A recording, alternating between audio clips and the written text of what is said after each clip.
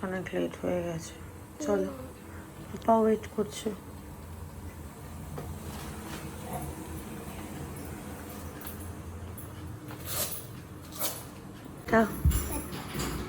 ঘুম কাটেনি নাকি? সাবধানে যেও, জলটা খেও। টাটা। তুলে নাও। ও তো আবার খালি গায়ে। কই গেলি তুমি? আজ এখন 9:20। সমস্ত কাজকর্ম কমপ্লিট দিদিদের, আমার এখনো সেরকম কিছুই হয়নি। দেখো, আর একটা আওয়াজ হচ্ছে, সেটা হচ্ছে ডিশওয়াশারটা চলছে। গনুকে বেঁধে দিয়েছি, প্রচণ্ড দুষ্টুমি করছে। আর এখানে দিদি মাছ মাংস ধুয়ে রেখে গেছে, ঘনুর চিকেন এখানে করা হয়েছে আর কিছুটা রেখে দেওয়া হয়েছে। এখানে আছে মাছ, কাতলা মাছ, এর মধ্যে আছে বাটা, সব খুলছি না, আবার আটকাতে হবে। এর মধ্যে আছে কি মাছ, ভোলা, আর এর মধ্যে মনে হয় লোটে। এই হচ্ছে মাছ বাজার। সবজি বাজারও এনেছে, সেটা তোমাদের সঙ্গে শেয়ার করা হয়নি এত তাড়াহুড়োর মধ্যে। গুড মর্নিং, সুপ্রভাত, ওয়েলকাম টু আর চ্যানেল। আশা করি তোমরা খুব ভালো আছো, আমিও খুব ভালো আছি। এখন ঘড়ির কাটার সময় হচ্ছে 9:25। এতক্ষণ পর আমি সময় পেলাম ক্যামেরাটা অন করার। সিনটি আর অতনু যতক্ষণ না বেরোচ্ছে ততক্ষণ বাড়িতে যুদ্ধ চলতে থাকে, আর সেই যুদ্ধ করতে করতে আমি একটু সময় পাই না। আজকে তার মধ্যে ঘরে পড়া জুতোগুলো সমস্ত পরিষ্কার করেছি, জামা কাপড় মেলেছি, বিছানা পরিষ্কার করেছি, স্নানের জামা কাপড়গুলো রেডি করে রেখেছি এখনই, কারণ সিনকি তাড়াতাড়ি চলে আসে। আর কাজের চাপে না আমি আর কিছু করে উঠতে পারি না। রান্নাঘরে আজকে চুটুপুটুর অনেক কিছু রান্না হয়েছে, তোমাদের সঙ্গে পরে আমি শেয়ার করছি। এই দেখো, সব লাইন দিয়ে সাজানো। আর গনু ওখানে শুয়ে রয়েছে, ডিশওয়াশারটা চালিয়ে দিয়েছে। আজকে প্রচুর বাসন হয়েছে। মাছ বাজারটা তো দিদি সমস্ত পরিষ্কার করে দিয়ে যায়, কিন্তু সবজি বাজার যেটা নিয়ে এসছে সেটা আমাকেই গোছাতে হয়েছে। ফুলকপি, ভেন্ডি, গাজর, বিনস, তারপর কী বলে ওটাকে, ঝিঙে, কুমড়ো, লঙ্কা, ধনেপাতা, টমেটো, অনেক কিছু নিয়ে এসছে। ওগুলো সব ধুয়ে মুছে পরিষ্কার করে রাখা আমি পারছি না। তারপর কালকে জেঠুর কাছ থেকে যে কুর্তিগুলো নিয়ে এসেছি সেগুলো আবার আমাকে জেঠুর কাছে পাঠাতে হবে। এই যে দুটো ব্যাগে সব আলাদা আলাদা করে রাখলাম, দুটো প্যাকেটে। এইগুলোর সব হাতা ঠিক করতে হবে। আর এই দুটো দেখা যাচ্ছে কি, এই যে এর মধ্যে দুটো আছে, এখানে দুটোর একটা প্রচণ্ড টাইট হয়ে গেছে আর একটা প্রচণ্ড ঢিলা হয়ে গেছে, তো সেগুলো ঠিকঠাক করতে হবে। যে পরিমাণে গরম পড়েছে, চুল ছেড়ে রাখার দুঃসাহসটা করতে পারলাম না, এতটা গরম লাগছে। চুল যদি ঘাড়ের ওপর পড়ছে না, মনে হচ্ছে সমস্ত অস্বস্তি যেন এই জায়গাটাতেই রয়েছে। এমনিতেই আমার গরম সহ্য করতে পারি না, বেশি ঠান্ডা সেটা সহ্য। শীতে তো আমার পুরো অ্যালার্জি হয়ে যায়, বরফে যখনই যাই ঘুরতে পাহাড়ে পুরো চাকা চাকা অ্যালার্জি হয়ে যায়, গায়ে এত ইচিং হয়। গরমটা যদিও আমি সহ্য করে নিই, তবুও শীতটা আমি সহ্য করতে পারি না। শীতকালটা আমার একদম ভালো লাগে না, যত গরম পড়ুক অসুবিধা নেই, তাও গরম গরম করে কাটিয়ে নেব। কিন্তু ওই যে শীতকালটাই আমার যেন সবচেয়ে সমস্যা। জীবনের সমস্যার আমার শেষ নেই, সবারই থাকে, যদিও সমস্যা নিয়েই চলতে হবে, আর কি করা যাবে। অতনুকে কোনো রকমে আজকে খাবারটা আমি দিয়েছি, ও খালি গায়ে ছিল তার জন্য ওকে আর দেখায়ও নি। ও কাজ করছিল, যেই বলে আমি আসছি খাবারটা নিয়ে, ও সঙ্গে সঙ্গে খাট থেকে নেমে এদিকে চলে এসছে। তখন মালা দিয়ে আবার ঘর মুছছে, ফ্রিজ পরিষ্কার করছি, দিদিকে মাছ বাজার গোছাচ্ছে, রান্না করছে, সমস্তটা মিলিয়ে না হচপচ হয়ে গেছে। মায়ের আবার টিফিনটা গুছিয়ে দিলাম, সব করতে করতে আমার নাজেহাল অবস্থা। তোমাদের সঙ্গে যে কথা বলবো, তা আমাদের সিনটির আজকে আমার একটু মুডটাও অফ ছিল, তাই মেয়েটা একটুখানি মুড অফ করে বেরিয়েছে, তো ওই জন্য মনটাও ঠিকঠাক ছিল না। তারপর অতনু বললো বাসে ওঠার পর নাকি মুড ঠিক হয়েছে, তাও ঠিক আছে। আজকে আবার বেঙ্গলি এক্সাম, জানি না কি করবে, কারণ কতদিন তো পড়াশোনা থেকে ডিটাচ রয়েছে। আমিও নিয়ে বসাইনি, কারণ আমি নিজেই শুয়েছিলাম, আমি আর কি ওকে নিয়ে বসবো। তাই নিজে নিজে যেটুকু করেছে।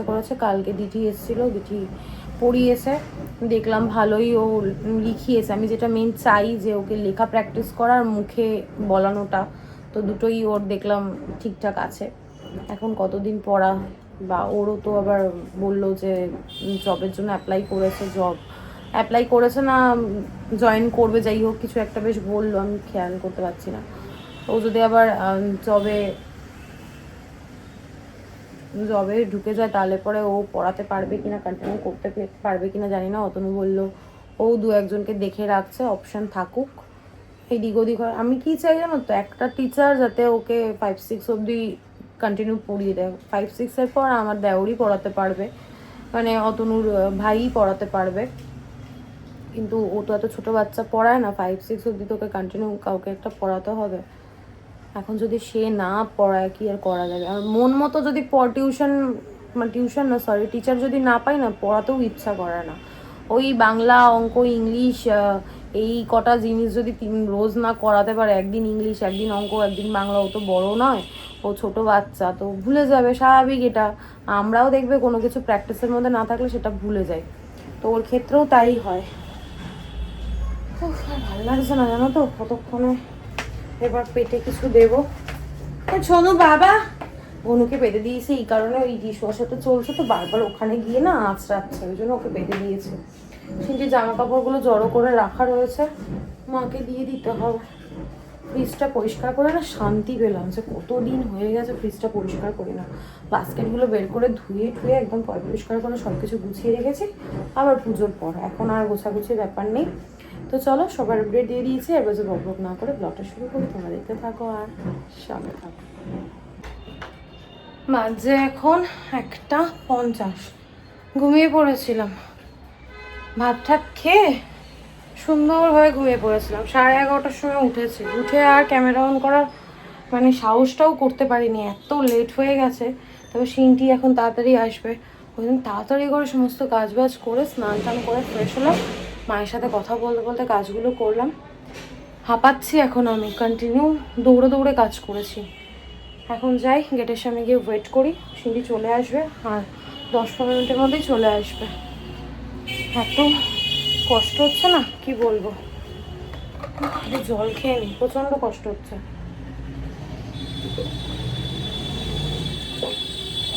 বাসের দাদাটাকে ফোন করলাম, বললো ও যখন বেরোবে ফোন করে দেবে। এখন শান্তি। এবার সিনটি আসলে ওকে স্নান টান করিয়ে দেবো, তারপর ও যদি ঘুমোবে, অতনু আসলে লাঞ্চ করলে করবে, না যদি বলে করে নেবে করবে, যা করবে করবে। তারপর আমি ব্লগগুলো এডিট করব, 2টো ব্লগ জমে রয়েছে, এডিট করে তারপর আপলোড করব। তো চলো, আবার পরে দেখা হচ্ছে। এখন বাজছে 3:15, দেখো। আর আমি অর্ডার করেছিলাম পাপড়ি চাট। আমার না এত পাপড়ি চাট খেতে ইচ্ছা করছে, সিনটি ঘুমোচ্ছে। আর একবারে তোমাদের সঙ্গে লাঞ্চটাও শেয়ার করে দিই, নাহলে ভুলে যাব। এর মধ্যে হয়েছে তোপসে ফ্রাই, কেমন কালো কালো লাগছে, বাট ওই ব্যাটারটার জন্য এরকম লাগছে। মাছের ঝোল, ঝিঙে আলু পোস্ত, আর এর মধ্যে আছে কালকের ডিম, খাওয়া হয়নি যেহেতু রাতে মা বিরিয়ানি করেছিল। আর এটা পাপড়ি চাট। মন যখন যেটা চাইবে তখন তুমি সেটা খাও, আমার মতে। এরকম সিনটি ঘুমোচ্ছে, আর আমি পাপড়ি চাট খাবো এখন, আর টিভি দেখবো। দুপুরবেলা আর আজকে ভাত খাবো না, আমি সব উল্টো পাল্টা খাই বলেই আমার দিন দিন চেহারাটার এই অবস্থা হচ্ছে। ভেবো না, তাই বলে বললাম রোগা হয়ে যাচ্ছি, মোটা হয়ে যাচ্ছি। চলো পরে দেখা হচ্ছে। আস্তে আস্তে কথা এই কারণেই বলছি, কারণ ঘন্টুও ঘুমোচ্ছে, ফ্যানটা চালাবো, যেন বৃষ্টি শুরু হয়ে গেছে। এসিটা চালিয়ে নিয়েছি, প্রচণ্ড গরম, প্রচণ্ড। পরে দেখা হচ্ছে। গুড ইভিনিং, যদিও এখন ইভিনিং নয়, বাচ্চা এখন 8:50। গলার আওয়াজ আর চোখ মুখের অবস্থা দেখে বুঝতেই পারছো এই ঘুম থেকে উঠলাম। সিনটি অনেকক্ষণ উঠেছে, ওর ম্যাম এসছে, দিদি এসছে, ও পড়াচ্ছে। আমি চটজলদি ম্যাগি অর্ডার করলাম, মানে ম্যাগি খাবো। গরম গরম কিছু খেতে ইচ্ছা করছে, মানে সব খাবারই গরম হয় যদিও, ম্যাগিটা খেতে ইচ্ছা করছে। আর সিনটি তো ম্যাগি খাবে না, ওর জন্য ফিশ ফিঙ্গার অর্ডার দিলাম। তো এখন বিছানাটা পরিষ্কার করবো, সন্ধে দেবো, তারপর ঘরটা ঝাড় দেবো, টুকটাক কয়েকটা কাজ আছে সেগুলো করবো। তো ভাবলাম তোমাদের সাথে কথা বলি, এবার যাই ফ্রেশ হয়ে কাজগুলো করে নিই, খাবারটা আসুক, তারপর আবার দেখা হচ্ছে। দেখি আজকে যখন দিদিকে খাবার দিতে যাবো তখন ভিডিও করবো।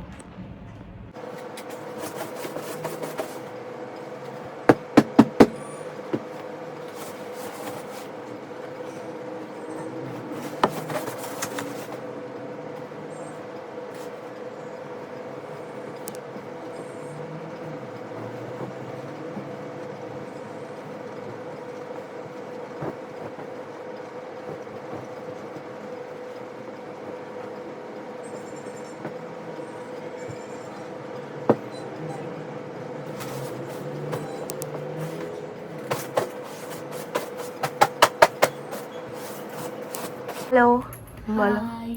আচ্ছা, তোমার স্টুডেন্ট কেমন সেটা বলো। ভালো, এখনো তো শান্তশিষ্ট রয়েছে। দুদিন পরই রূপ দেখাবে। ভালো স্টুডেন্ট, ভালো স্টুডেন্ট।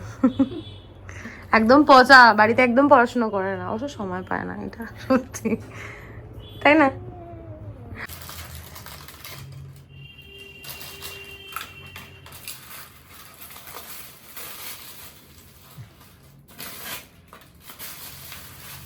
বাজে এখন 10টা 5, সমস্ত কাজ কমপ্লিট। দুটো ঘরের বিছানা পরিষ্কার হয়ে গেছে, ঘর ঝাড় দিয়ে দিয়েছি, নিজে ফ্রেশ হয়ে গেছি, নাইট স্কিন কেয়ার হয়ে গেছে। আর আজকে বৃহস্পতিবার, তো অতনু ঠাকুরের জন্য মিষ্টি এনেছিল, সেটা ফ্রিজে রেখে দিয়েছি। আর আমার জন্য নিয়ে এসছে রসগোল্লা। তাহলে নাকি রসগোল্লা কেন আনলে, অন্য কিছু তো আনতে পারতে। আর ঠাকুরের জন্য আজকে ফ্রিজটা পরিষ্কার করেছি, তোমাদের সঙ্গে তো শেয়ার করা হয়নি, দাঁড়াও দেখাচ্ছি তোমাদেরকে। আর এই হচ্ছে ঠাকুরের জন্য মিষ্টি, এটা রেখে দিই। এই বাটিটা না বৌমণিকে কিছু করে দেবো, দেওয়াই হয় না। যাই হোক, দাঁড়াও দেখাচ্ছি।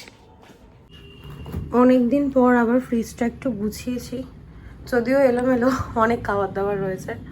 ওপরে দেখো সমস্তটা গোছগাছ করা রয়েছে। এই বাস্কেটগুলো আজকে সমস্ত বের করে ধুয়ে পরিষ্কার করে আবার গুছিয়ে রেখেছি। এগুলোও ক্লিন করেছি। পুরো ফ্রিজ ভর্তি জিনিস থাকে সব সময়, এই জন্য আমার একটা বড় ফ্রিজের দরকার ছিল। শুধু এইটার 3টে ফাঁকা আছে, এখানে কিছু নেই। আর এখানে চকলেটগুলো সিঞ্জি সব খেয়ে ফেলেছে, আর কিছুই মনে হয় নেই। না, আছে, কয়েকটা আছে। এই যে এইভাবে পরিষ্কার করে রাখলে না চোখের সামনে সব কিছু খুঁজে পাওয়া যায়, আর কিছুই না। কে এসেছিল গো? কে দেখি কিসের?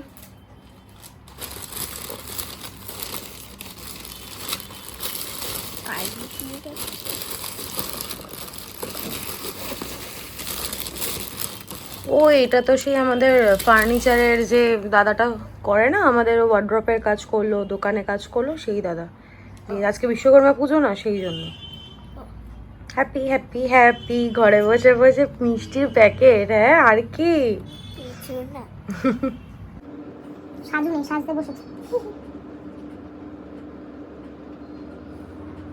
দেখ আমি বললাম কালারটা দেখ, তুই তো পছন্দ করে আনবি।